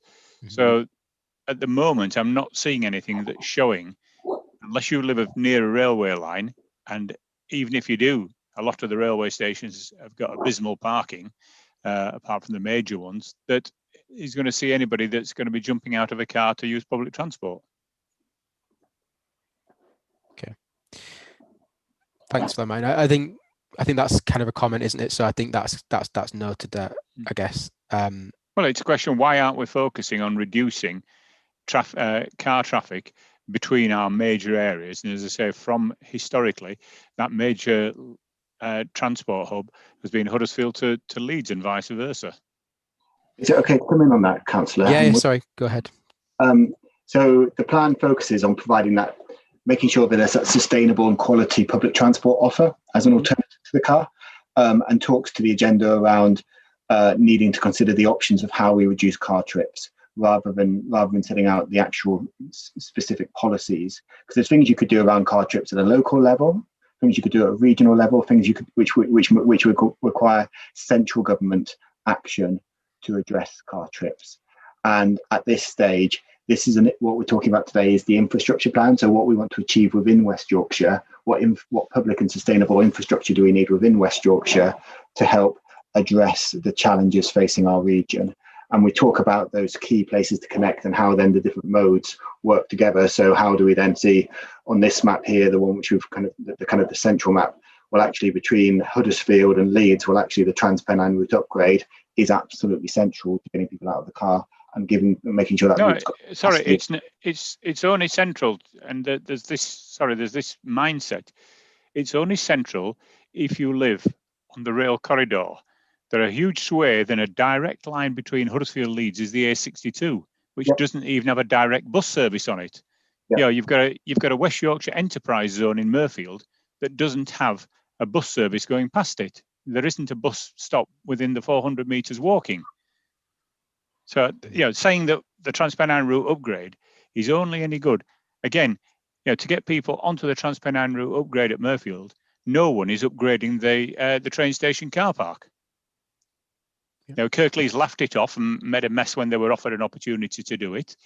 And Network Rail say it's the rail operators. The rail operators say they work within the constraints that Network Rail give them. And so the parcel gets passed around. You can't get people out of a car onto a train if they can't park there. Yeah, and you're absolutely right. We need that blend of modes, don't we? So because rail can do so much, you can move the people fast from Huddersfield to Leeds, but then there's all the communities in between where bus might be the right solution for some parts of it, and having the right bus network is the right solution for those. And as we identify in the plans, mass transit might well play a role for serving other communities.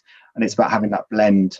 And the plans hopefully start to take us in that direction of showing that different communities will be served by different modes in the future, rather than necessarily saying that everyone has to travel by the train. It's going to play a really important role between Huddersfield and Leeds, but there's so many communities between Huddersfield and Leeds, and we might need to make sure there's that offer across the different modes, be it around bus, walking and cycling to access it, and mass transit, so that people can then access the big hubs rather than just have to drive to one of the big hubs. Yeah, thanks for that response. Just to add on this, I think obviously Councillor Bolt, the points you made are valid, and we need to take that feedback. That feedback needs to be taken on board. I would just say though that we've gone through some maps, and this is what's happening in Kirklees. And if you look at the full plans, there might be, so just because your particular area was on the edge of a map, it might actually appear in another plan that's connected to a different geography that isn't just Kirklees based. So it might be worth looking through all the documentation. These aren't an exhaustive list, are they? Exhaustive details of every single map and every single plan that's in there. So it's just probably worth pointing that out. Okay, we'll move on just to get through some of the other questions. I think there was some points, Tom, just around the mass transit, the phases and stuff. I think it was a little bit difficult to see exactly what they meant, but I think you talked through that in terms of which was in the phase one. So I think that question was answered. So we've just had a question around when you talk about integrating mass transport with cycling, does this mean that cycles will be carried onto other means of transport? And I know we've talked about that before. Can you add anything? I think that cycling point is a cracking question with mass transit, and I don't think anywhere in the UK has done it particularly well around mass transit and cycling, has it? I mean, that's basically the issue. A number of the systems around the UK have actively tried to avoid having cyclists integrated with it, and I think that's something which we want to learn the lessons from Europe around how can we better integrate the two technologies together. So can you have cyclists using the mass transit systems? And that's something which I think could be really interesting space for us to get into. But also, how can you have segregated cycleways which run parallel to your mass transit infrastructure? So it's not an either-or choice, it's actually having both, giving people in the communities that choice of, well, you could cycle in, or you could use your mass transit route. So it's not just about you have to cycle or you have to use the mass transit, it's about that choice which we want to be able to give people in the future. And I think, if you look at Manchester or some of the other cities, my personal opinion is I don't think they've nailed the cycling walking issue sufficiently compared to where the European examples have got to. Okay, thank you. Councillor Andrew Pinnock, I think you're next. Thank you, James. I have three questions about the Spen Valley Mass Transit proposal. First of all, I would say I tried to read this morning and I could only see part of the screen at any one time. Very difficult to read the whole document on a computer screen. Right, my questions. There's a park and ride, which is on the map. It's on the map in front of us, actually, near junction 26 of the M62. I have thought about this for a long time, and I can't think where on earth you're going to put it. I accept what all you've said about sites haven't been worked out, but the only location there seems to be the golf course, and I'm sure the Cleckheaton Golf Club wouldn't be very pleased about that. The next thing, the Spen Valley route, has it been identified? Because a lot of local people would have jumped to the conclusion that you will have been eyeing the Greenway, and I can see certain problems with that, because I, amongst a lot of other local people, have used the Greenway quite a lot in the last year for walking, and there are occasions on which walkers and cyclists come into varying degrees of conflict on that route. So the addition of mass transit could be a little awkward unless you're thinking of some other route. And finally, I do wonder whether the main priority for people in Cleckheaton is to go to either Bradford or Dewsbury. It seems to me the main priority for a lot of people in Cleckheaton is to go to Leeds. And for that, we're reliant on the bus service, which can get clogged up on the way into Leeds at places like Ringways and various other roads cross the A58. So a mass transit route from Cleckheaton to Leeds would be quite nice. Thank you, James. Thank you, Councillor Howard. If it's okay to come back in on those points. Again, some really interesting questions. I think I'll start with the last point you made around the public transport offer in Cleckheaton, Hepburn White in direction towards Leeds. And I think that's part of why we've identified that part of the region for needing mass transit, because the connectivity from there towards Leeds is so awful, isn't it? It takes ages on the bus and they often get stuck in quite a significant congestion to get into Leeds. So what the plans do is they start to talk around this need for a much more integrated journey across different modes, because ultimately I think Mrs. Miggins, who's travelling from Cleckheaton to Leeds, actually just wants to get there. Doesn't really care whether it's a tram, whether it's a train, whether it's a bus, just wants to get there, wants it to be affordable, be reliable and to be efficient. And the plan has to be around how can we create that much more seamless journey. So actually you go from Cleckheaton to Dewsbury and the interchange is really easy, and then you can get straight into Leeds in 10 minutes.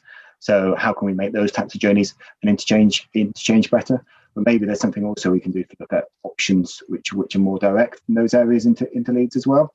And going back to your first question around the Spen Valley, when I was saying at the beginning, we don't want to do significant abortive work on development work for particular routes ahead of testing the principle. At this point, we're kind of asking you as to kind of local councillors for the area. Do you agree that we should be looking at mass transit in some of these corridors? and your residents, do you think we should be looking at mass transit in these corridors, in these areas? If you think we should do, then absolutely there are choices around and options around routes, and we'll come back to you in a number of different forums to start to have that conversation around the options and routes on particular corridors. And there is then likely to be a further engagement on it around, well, these are the choices, and there are always choices and compromises around route options. No route option is going to be perfect. So I think it's about having choices and actually good consideration of the options, and everyone kind of understanding what the implications of those options are. From my perspective, it's absolutely essential that we kind of enhance our urban and rural environments through mass transit, kind of work with existing cycleways, and kind of future-proof them so that actually they can continue to kind of serve the communities, because they are such a valuable asset to our region. And we need to build more cycleways and more cycling and walking infrastructure rather than less. So it's all about how can we integrate infrastructure moving forward. But at this moment in time, we're really testing the principle of, are we connecting the right places? Do you think we should be looking at mass transit to connect Heathrow and Hetman Wyke and the like? And that then leads into another conversation of, if you do, well then let's figure out some route options which work and test them with you. There was another point, a brief point. Councillor Smade mentioned the opportunity of having a consultation with ward councillors. I mean, in our case, it probably would include the other Spen Valley councillors, but I think she makes a valid point that we don't know anything about what the proposals might be, and it would be good to share with us, and we can share with you some of our local perspective. Absolutely, and I completely think that's a good idea to do. Really keen to listen to different perspectives on it and feed that into the mix, both at this stage but as it continues as well. So we'll get in contact with you, Councillor Pinnock, and then ask you who you'd like to be there as well, and then work through it from there. But really, this is the start of the process, not the end. This is really the early stages in the work, as you can see, and there's a lot more development work which needs to come forward. Yeah, thanks, Tom. Just to say as well that was also mentioned by that was also mentioned by Councillor Kendrick as well, Tom, in the chat. So it might be worth if you can take a note of who's kind of said similar that they want to be consulted on this, or maybe just taking action to kind of contact all ward councillors just to see what kind of engagement would work for them, if that's possible. And I know Councillor Smage has asked similar questions around just some clarification on some of the points that in part of the discussion earlier. So I think it's probably best if you can take that on email with her, if that's okay. Chair, could I just come in there? It's Tim Lawrence. Yeah, go for it, Tim. Yeah. Thank you. Tom, I think perhaps Kirklees officers and combined authority officers need to work together a little bit on this to progress some of these discussions. I think what you're hearing some quite interesting kind of principles that perhaps we need to consider taking forward. Starting with Councillor Smage about the road space reallocation, discussions about impact on businesses, through there to what Councillor Pinnock was saying about protection, where possible, of greenway routes and the integration with cycling.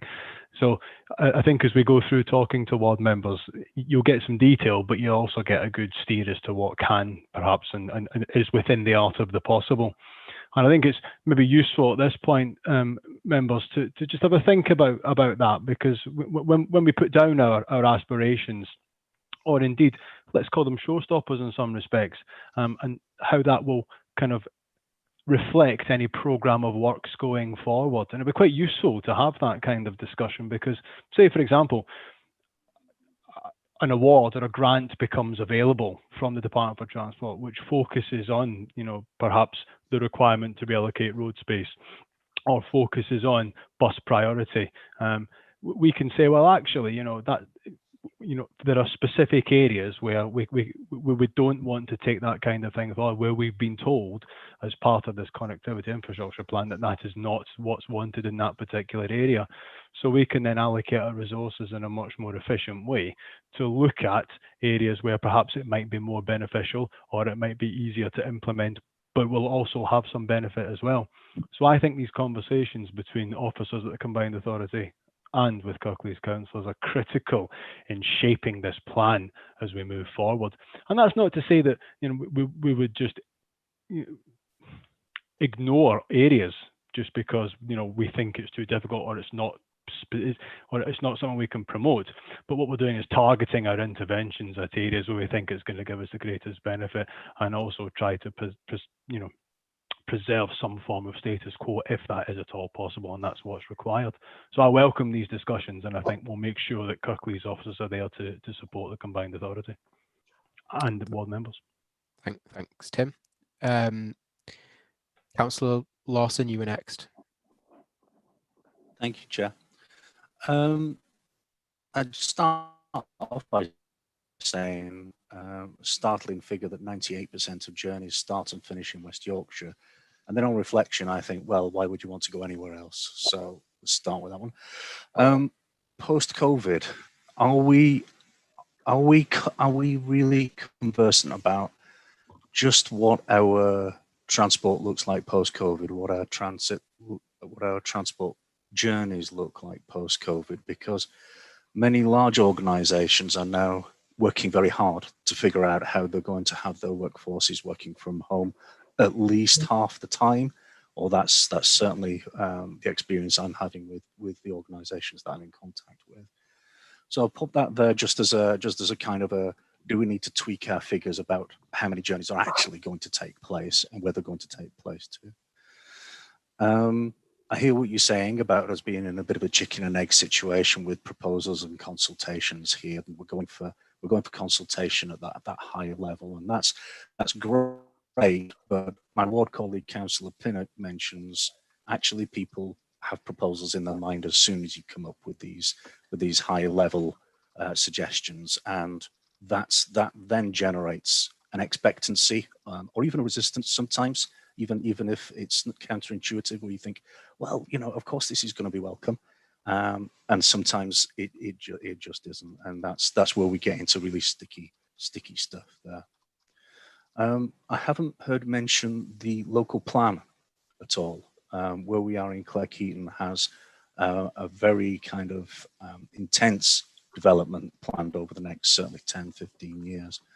So that's going to do quite odd things to the local population numbers. So have we factored those kinds of things into that? Some of the areas may not have that kind of level of development at all, and may be quite static in their numbers, when we might assume that everywhere is going to go up in population. Maybe they're not. So perhaps that balance should be looked at as well.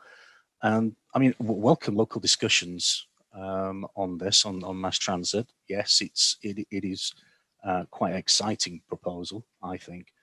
But just to pick up on Councillor Pinnock's point about the Greenway going through Kirklees, those discussions will bring out that detail about, there's a main sewer running under a large part of it and things like that really are deal breakers, that you're just going to have to go away and scratch your heads and think again. So I'll stop there, and because I'm conscious of time, we'll let other people speak. Thank you. Thanks. Tom, is there anything you want to respond to that? Yeah, so thank you, Councillor Lawson. And particularly to pick up on the travel patterns, absolutely, post-COVID, travel patterns will change. I don't think anyone can yet predict quite how the world is going to be post-COVID. So I think it's really important we've got scenarios and different situations to be able to test.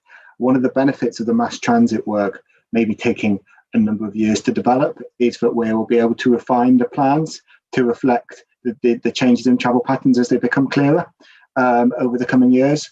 But I think even if there's less trips in the future, we need more trips on which remain on public and sustainable means.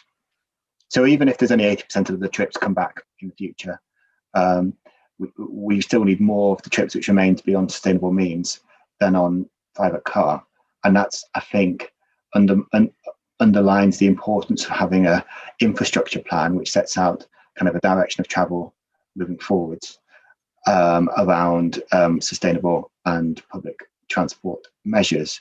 Having said all that, we still need to make sure there's a business case to do this. So there needs to be enough people travelling on it to make it wash its face in the business case terms.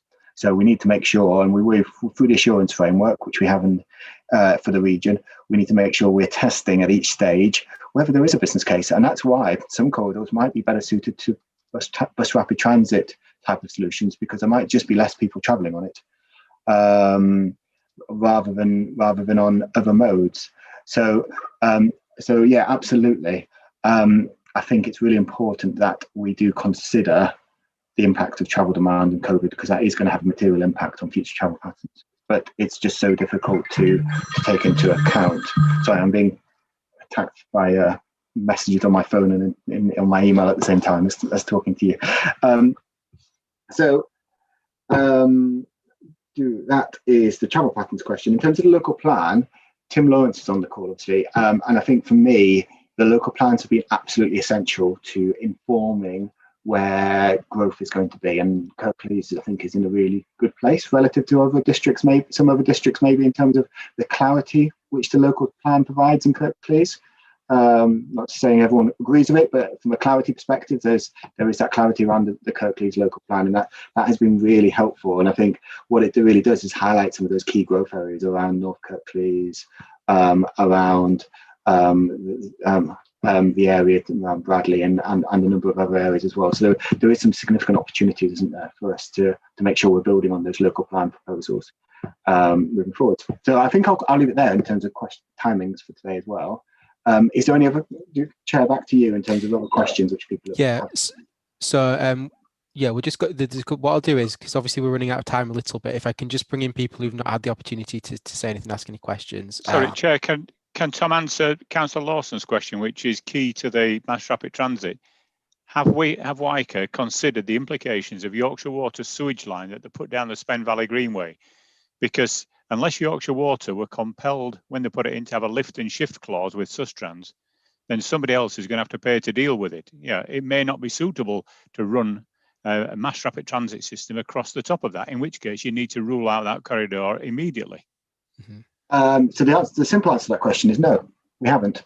And the point of that is that actually it's at the principal stage at the moment of saying, should we be looking at corridors such as the Kirklees Heckman-White corridors for mass transit, and then before we get into significant development work and looking at the options and implications and technical challenges, then as part of that stage of work, then we would need to get into those types of issues, and that might rule out. You're right. It might rule out an option. It might not. It might be that there's work, discussions with Yorkshire Water which would address it, but at this stage we haven't got into that, so we aren't able to rule anything out or anything in.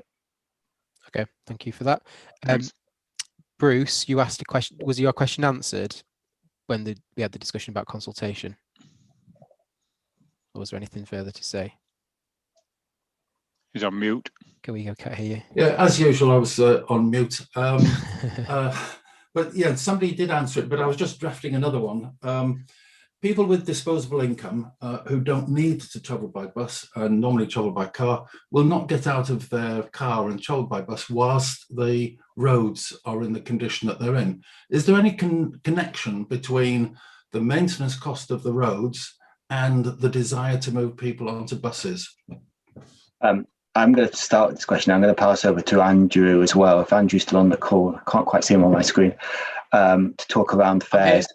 But so I think this is a really important point, because ultimately we need to attract people who are in their BMWs or Mercedes out of their cars, who are travelling from these communities towards Leeds onto mass transit, onto bus.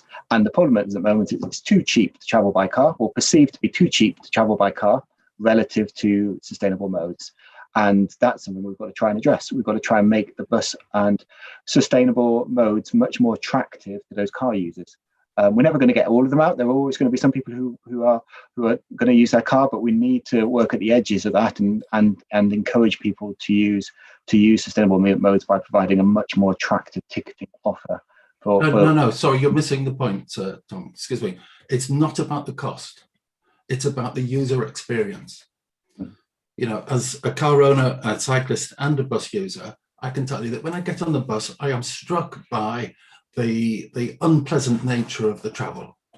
the potholes, the roadworks. The ride quality, Bruce. Thank you very much, Alex. That's the point that I'm making. And if there isn't a connection between this is a main bus route, which we wish people to travel on, and putting money into maintaining the quality of that ride, then it's not going to work. Yeah, absolutely. And sorry, I missed the point a little bit of what. No problem. And you're right. Customers want reliable journeys in a high quality offer, and so it's not just about building new infrastructure; it's about maintaining the infrastructure we've got. Yes. Chair, can I just come in on that briefly, if I may? Of course, yeah. I think there's a real challenge here. If we had encouraging and persuading people to use the bus difficult before the pandemic, now our job is that much more difficult. And I think what the pandemic has done is it's caused bus operators and local transport authorities alike to take a good long hard look at themselves in the mirror and say, is what we're providing good enough to encourage car users essentially onto the bus and out of their cars? And the answer, as you've eloquently put, was no in a lot of cases. In some cases, and there are exceptions, the offer is great, it's fantastic, and you can't beat it. But in a lot of cases, that's not the case. And just thinking about the bus strategy, the national bus strategy that was launched last Monday, we've got a real opportunity here, potentially with government backing in a way that we haven't had for very many years, with the introduction of an enhanced partnership to turn the offer around completely. And that means everything from the cleanliness of the bus, because for a lot of people, that's the starting point. They get on the bus and they think, oh, this isn't very nice. Well, an awful lot of effort has been put into making the buses cleaner, sanitized, etc., to address the pandemic issues, the COVID issues. But starting there and then moving it through the whole experience, so tackling some of the issues around bus priority measures with our district partners and colleagues, we have to, and potholes come into that. We have to consider the whole journey. You're absolutely right. And we're just at the beginning of that journey, but we have got to deliver it, because going back to the point I made before, if we think that we might achieve 80% patronage of where we were before the pandemic, well, if you think about it, if that's where we stop and that's where we stall, that's going to be quite a lot of buses coming off the road. So we haven't got a choice in this. Yes, and so just to complete the point, there actually has been a fantastic improvement in the quality of the buses. Over the last 20, I can go back 30 or 40 years if you like. But all of it is pointless if you've got a hole in the road. It's wasted investment if the surface it's running on is not smooth. It's very simple. The point you make is kind of not dissimilar to the accessibility point on the rail side. You can have the best possible trains, but if you can't actually get onto the station. Absolutely. Great. Thank you. Thanks for that, Bruce, and for those responses. So I just bring in those who have indicated who haven't had a chance to speak yet. Councillor Thompson, I think you indicated to ask something. Yeah, just I think a couple of points and questions, if that's okay. I'll be as quick as I can. So the consultation process as far as the 5 boroughs of West Yorkshire, I find quite confusing sometimes, reference to things like the cycle lanes. So take a cycle lane that's funded from Bradford and without consultation want to put it through certain roads in Kirklees that won't take a cycle lane. Cycle lanes on Kirksall Road that have been proven to be quite inefficient and dangerous in some points, and just wonder where the consultation process starts, ends, and what signals we take note of and take action from as far as the rest of the 5 boroughs are concerned.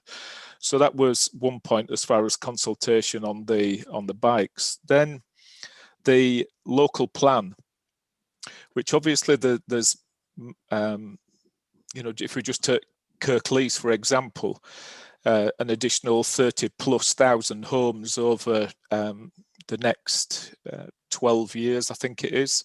So an additional population, not only natural growth, but also the other homes.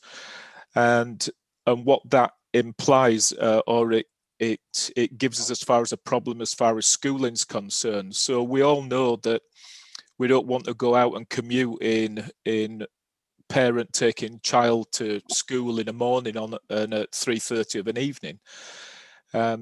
So are we taking those into consideration as far as bus routes and mass transit? Because what we don't want to do is, or what we do want to do, is get children walking to school, so therefore allocated a school that's close to the home, rather than in some cases, particularly, I can only talk as far as my ward, where some kids are getting 2 buses in the morning to get to school instead of walking to school because of misallocation or the conurbation of a particular area. So we need to take all these points in. And then the other point was reference to 21st century transport. Well, forgive me for saying this, but not that I remember personally, but I remember most of what we're talking about is about 140, 150 years old. We're talking about trains on same gauge. We're talking about trams that were ripped and replaced in the 1960s. And all we're doing really is talking about redesigning and re-implementing old technology and trying to make it work in a new world. And I'm not sure whether we're even on the right track, if you'll pardon the pun, as far as the mass transit transport systems concerned. Just wondered if we'd thought outside the box as far as thinking about the new age of 2000, what 2035, 2040 is going to look like, which at that point I probably won't be here anyway. But are we really thinking about that, or are we just re-engineering 1890s to 1930s technology in a 21st century environment? Thank you. Thank you. Tom, do you want to? Yeah, so briefly, just on the technology point at the end there. So you're right, a number of the technologies we're talking about, bus rapid transit, tram train, light rail, ultralight rail, the words are the same. They've been around for 100 years. But what's interesting is the innovations which have gone into those spaces. And I think this is a really important point. We aren't proposing to create a brand new technology solution for West Yorkshire, because if we are, that creates a whole load of new issues in terms of bespoke technologies, which tend to be very expensive and high risk. This is about learning from some of the best practice examples around Europe. As an example, over the last decade alone, there's been over 80 brand new light rail systems built just in Europe. So these are from same places where Leeds and West Yorkshire is, starting from scratch, building a brand new system. And 80 cities just in Europe have chosen to do that with light rail. So, and there's other technologies which are being used in other places, but that's just an example. So yeah, absolutely, they are in their name the same as they were 100 years ago, but in the same way as a car is. So a car 100 years ago existed, but I would argue that the technology in a Mercedes, Range Rover, or BMW is very different from a car 100 years ago, such as a Model T. So the technology which wraps around it is very different now from what came before. So I think it's fair to say we're looking at the same types of technologies, because those are the proven technologies. There is a level of deliverability within them, but also the innovations and the actual technologies applied within them and the opportunities they present are very different from what's come before. In terms of the local, you talked a bit about consultations. I think that's one which obviously the Combined Authority does a number of consultation activities through the Your Voice portal for various different schemes which are coming forward, be it Transforming Cities Fund, Transport Fund schemes. And if you'd like to have a conversation around upcoming consultations engagements, how that works, I'm more than happy to put you in contact with our consultation team to have that discussion with you in more detail when there's more time. Thanks for that. Now, in terms of where we are, I think we're coming towards o'clock, so we probably need to wrap up this section of the meeting. I do appreciate that there's a couple who've they wanted to ask a question or had, so I just wondered, Tommy, comments, because that have been made in the chat bar that might be of kind of help just in terms of people's feedback. So I don't know whether we can just, I think you can save a copy of those chat functions just to refer back to. Yeah, absolutely. We will. We can export from Zoom the chat questions. So we've got a written log, and obviously the whole call is recorded today as well. I just want to say thank you for the comments which have come in. They've been some really good discussion points from my perspective. So thank you. That's great. And can we? What's the best option? So if other questions, can we? They come directly to you with those queries and questions. Yeah, I would really recommend putting them into the inbox, or which is the connectivity inbox, which is kind of an email address on the website, or to take part directly in the kind of the survey forms, the Facebook links, Twitter links, but also the interactive map. So really welcome people to respond to the engagement through those various means. And for me, it's been really helpful to bring all district councillors into these DCSC meetings to get that broader perspective as well. So really welcome that kind of broader look which we've been able to have today through the DCSC forum. Great, thanks again. I agree. Appreciate everybody's feedback on this item. It's been really good. There's been a lot of debate, so that's really positive. So just in terms of the rest of the meeting, obviously we didn't cover off a couple of the other items, and I do appreciate that people may have had to leave, or quite a few people have had to leave the meeting.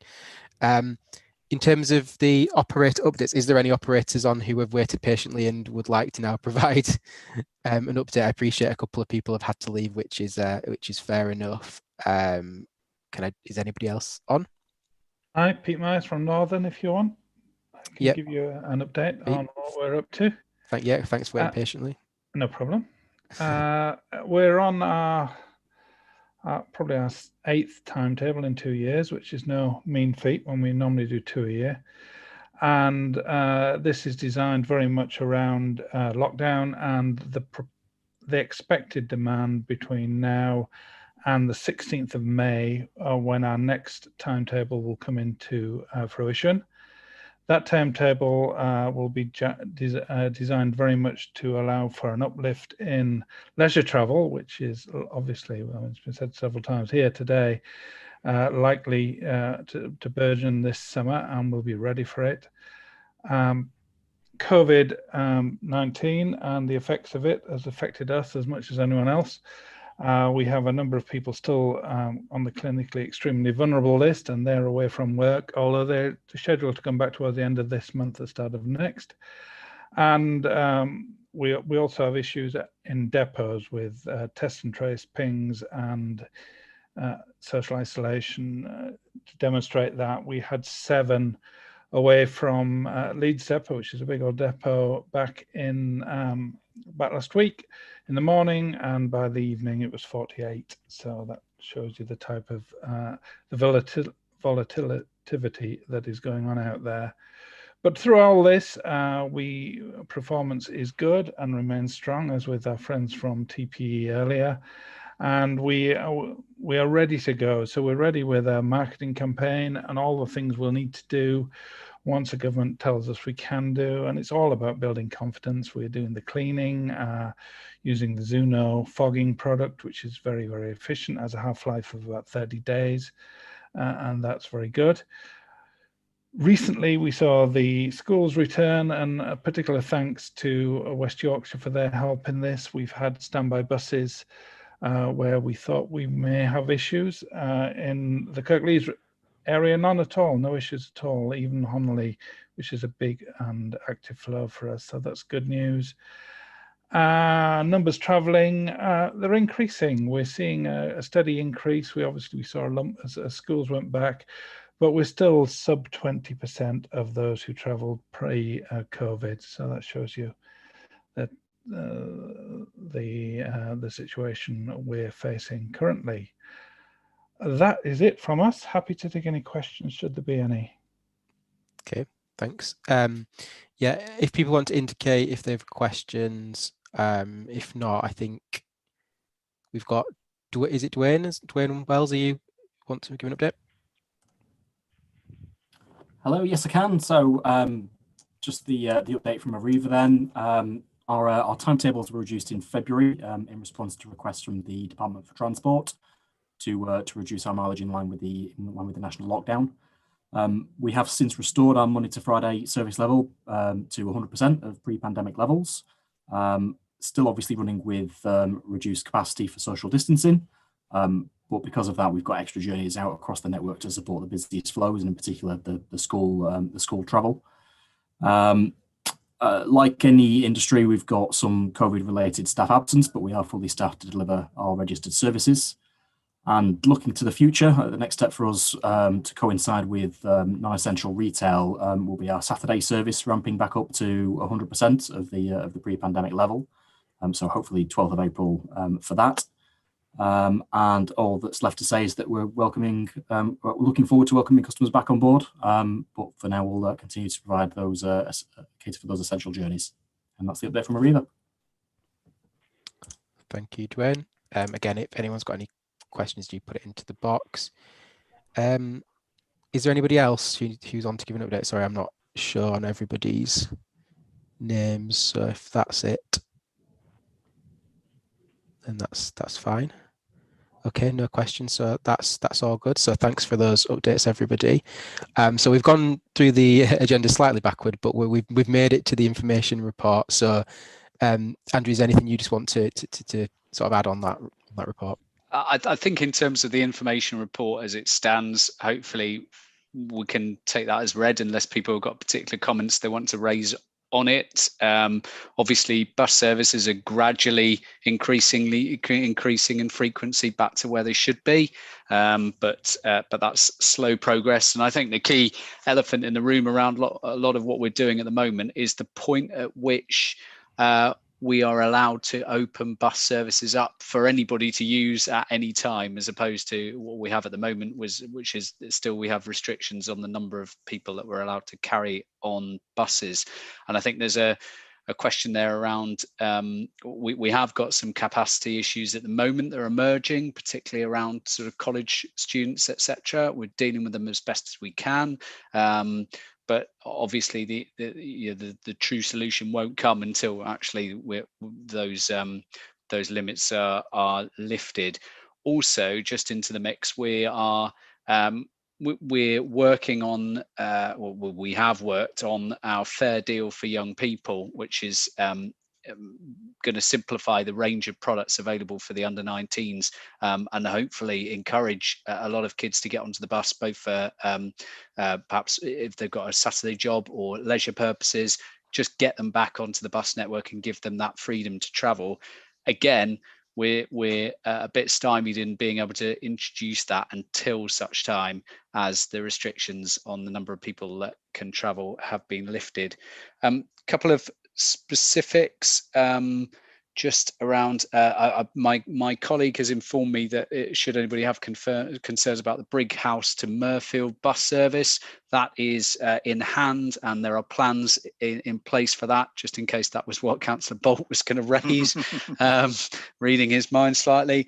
And the other thing that I'm aware that was discussed at a previous meeting was around the future of the Dewsbury Travel Shop or Travel Centre at Dewsbury Bus Station. Obviously, plans are still being developed for the redevelopment of Dewsbury Bus Station at the moment, but that is in the mix. I can't guarantee anything, but certainly it's in the mix. Thanks. Thanks, Andrew. Councillor Bolt, did you have a question, or did he read your mind? Or no, but thanks for that, Andrew. Yeah, referring back to consultation. Again, other meetings have picked up on things. But as the termed Kirklees consultation meeting, James, and reflecting on some of the things that Tom put on his presentation about the active travel route should be coherent, comfortable, direct, attractive, etc. That should be the principal consideration when authorities are bringing forward schemes. Now, if we look at the Bradley to Brighouse cycle route, which is currently being considered, that doesn't accord with a lot of those things. It's not direct in some ways. It's not comfortable. It's not coherent to many people. And we've had consultation mentioned before. That scheme did not have consultation with local cycle users. Yeah, it's £2.4 million being taken forward. I know the route, and I have to keep saying that there are severe safety concerns, and I've shown Tim it on the ground, that unless the route is extended to include safe crossing of the A62 Leeds Road, it will be a failure. And we need to be making sure we've already seen it changed from the original route that was put out to consultation was non-local plan compliant because it came from Bradley Industrial Estate through a housing estate down a bridleway instead of the route that was on the local plan. But unless you can get people to get on there from Murfield and North Kirklees without risking their lives crossing the A62, it doesn't satisfy the coherent, comfortable, direct and attractive criteria. Thanks, Councillor. When you say that it wasn't consulted on, do you mean specifically cycling groups weren't asked for an opinion, or it did go out to consultation, didn't it? But the report that we've seen at Wyker and I think at scrutiny said that local cycling groups weren't consulted. Yeah, I'm a member of the nearest cycling club to the A62 end, Ravensthorpe Cycling Club, and I know that colleagues in Huddersfield Star Wheelers or take any of the cycling clubs in Kirklees, and they weren't consulted. Okay, Tim, are you wanting to say anything on that? Anything further? Well, I think Councillor Bottom's made his views known on a number of occasions about this particular project, and I think he's made his views known to the project team as well. Yeah, that's fine. Thank you. I mean, just to answer your wider question, Martin, I think there's a discussion that we've had, isn't there, for a couple of years now about what items should be discussed at this consultation committee, and I think that's still a question. Obviously, what we've done is use these times to actually look at specific plans like what we've just done today that have been driven by the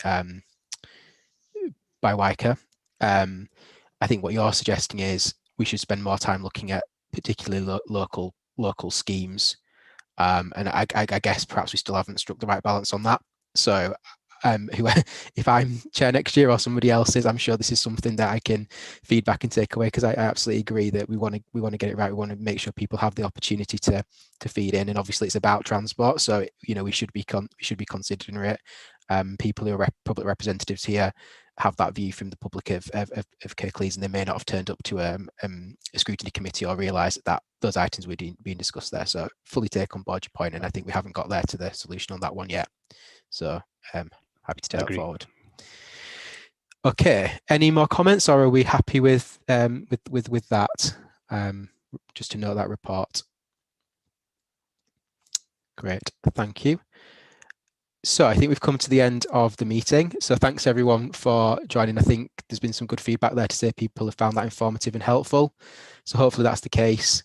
And like you say, take some time to look at the further details on that plan and provide any further feedback or questions. I'm sure Tom and the team are happy to answer those. So thanks very much for your attendance, everybody, and have a nice evening. Thanks very much, James. Thank you. Cheers. Cheers. Bye now.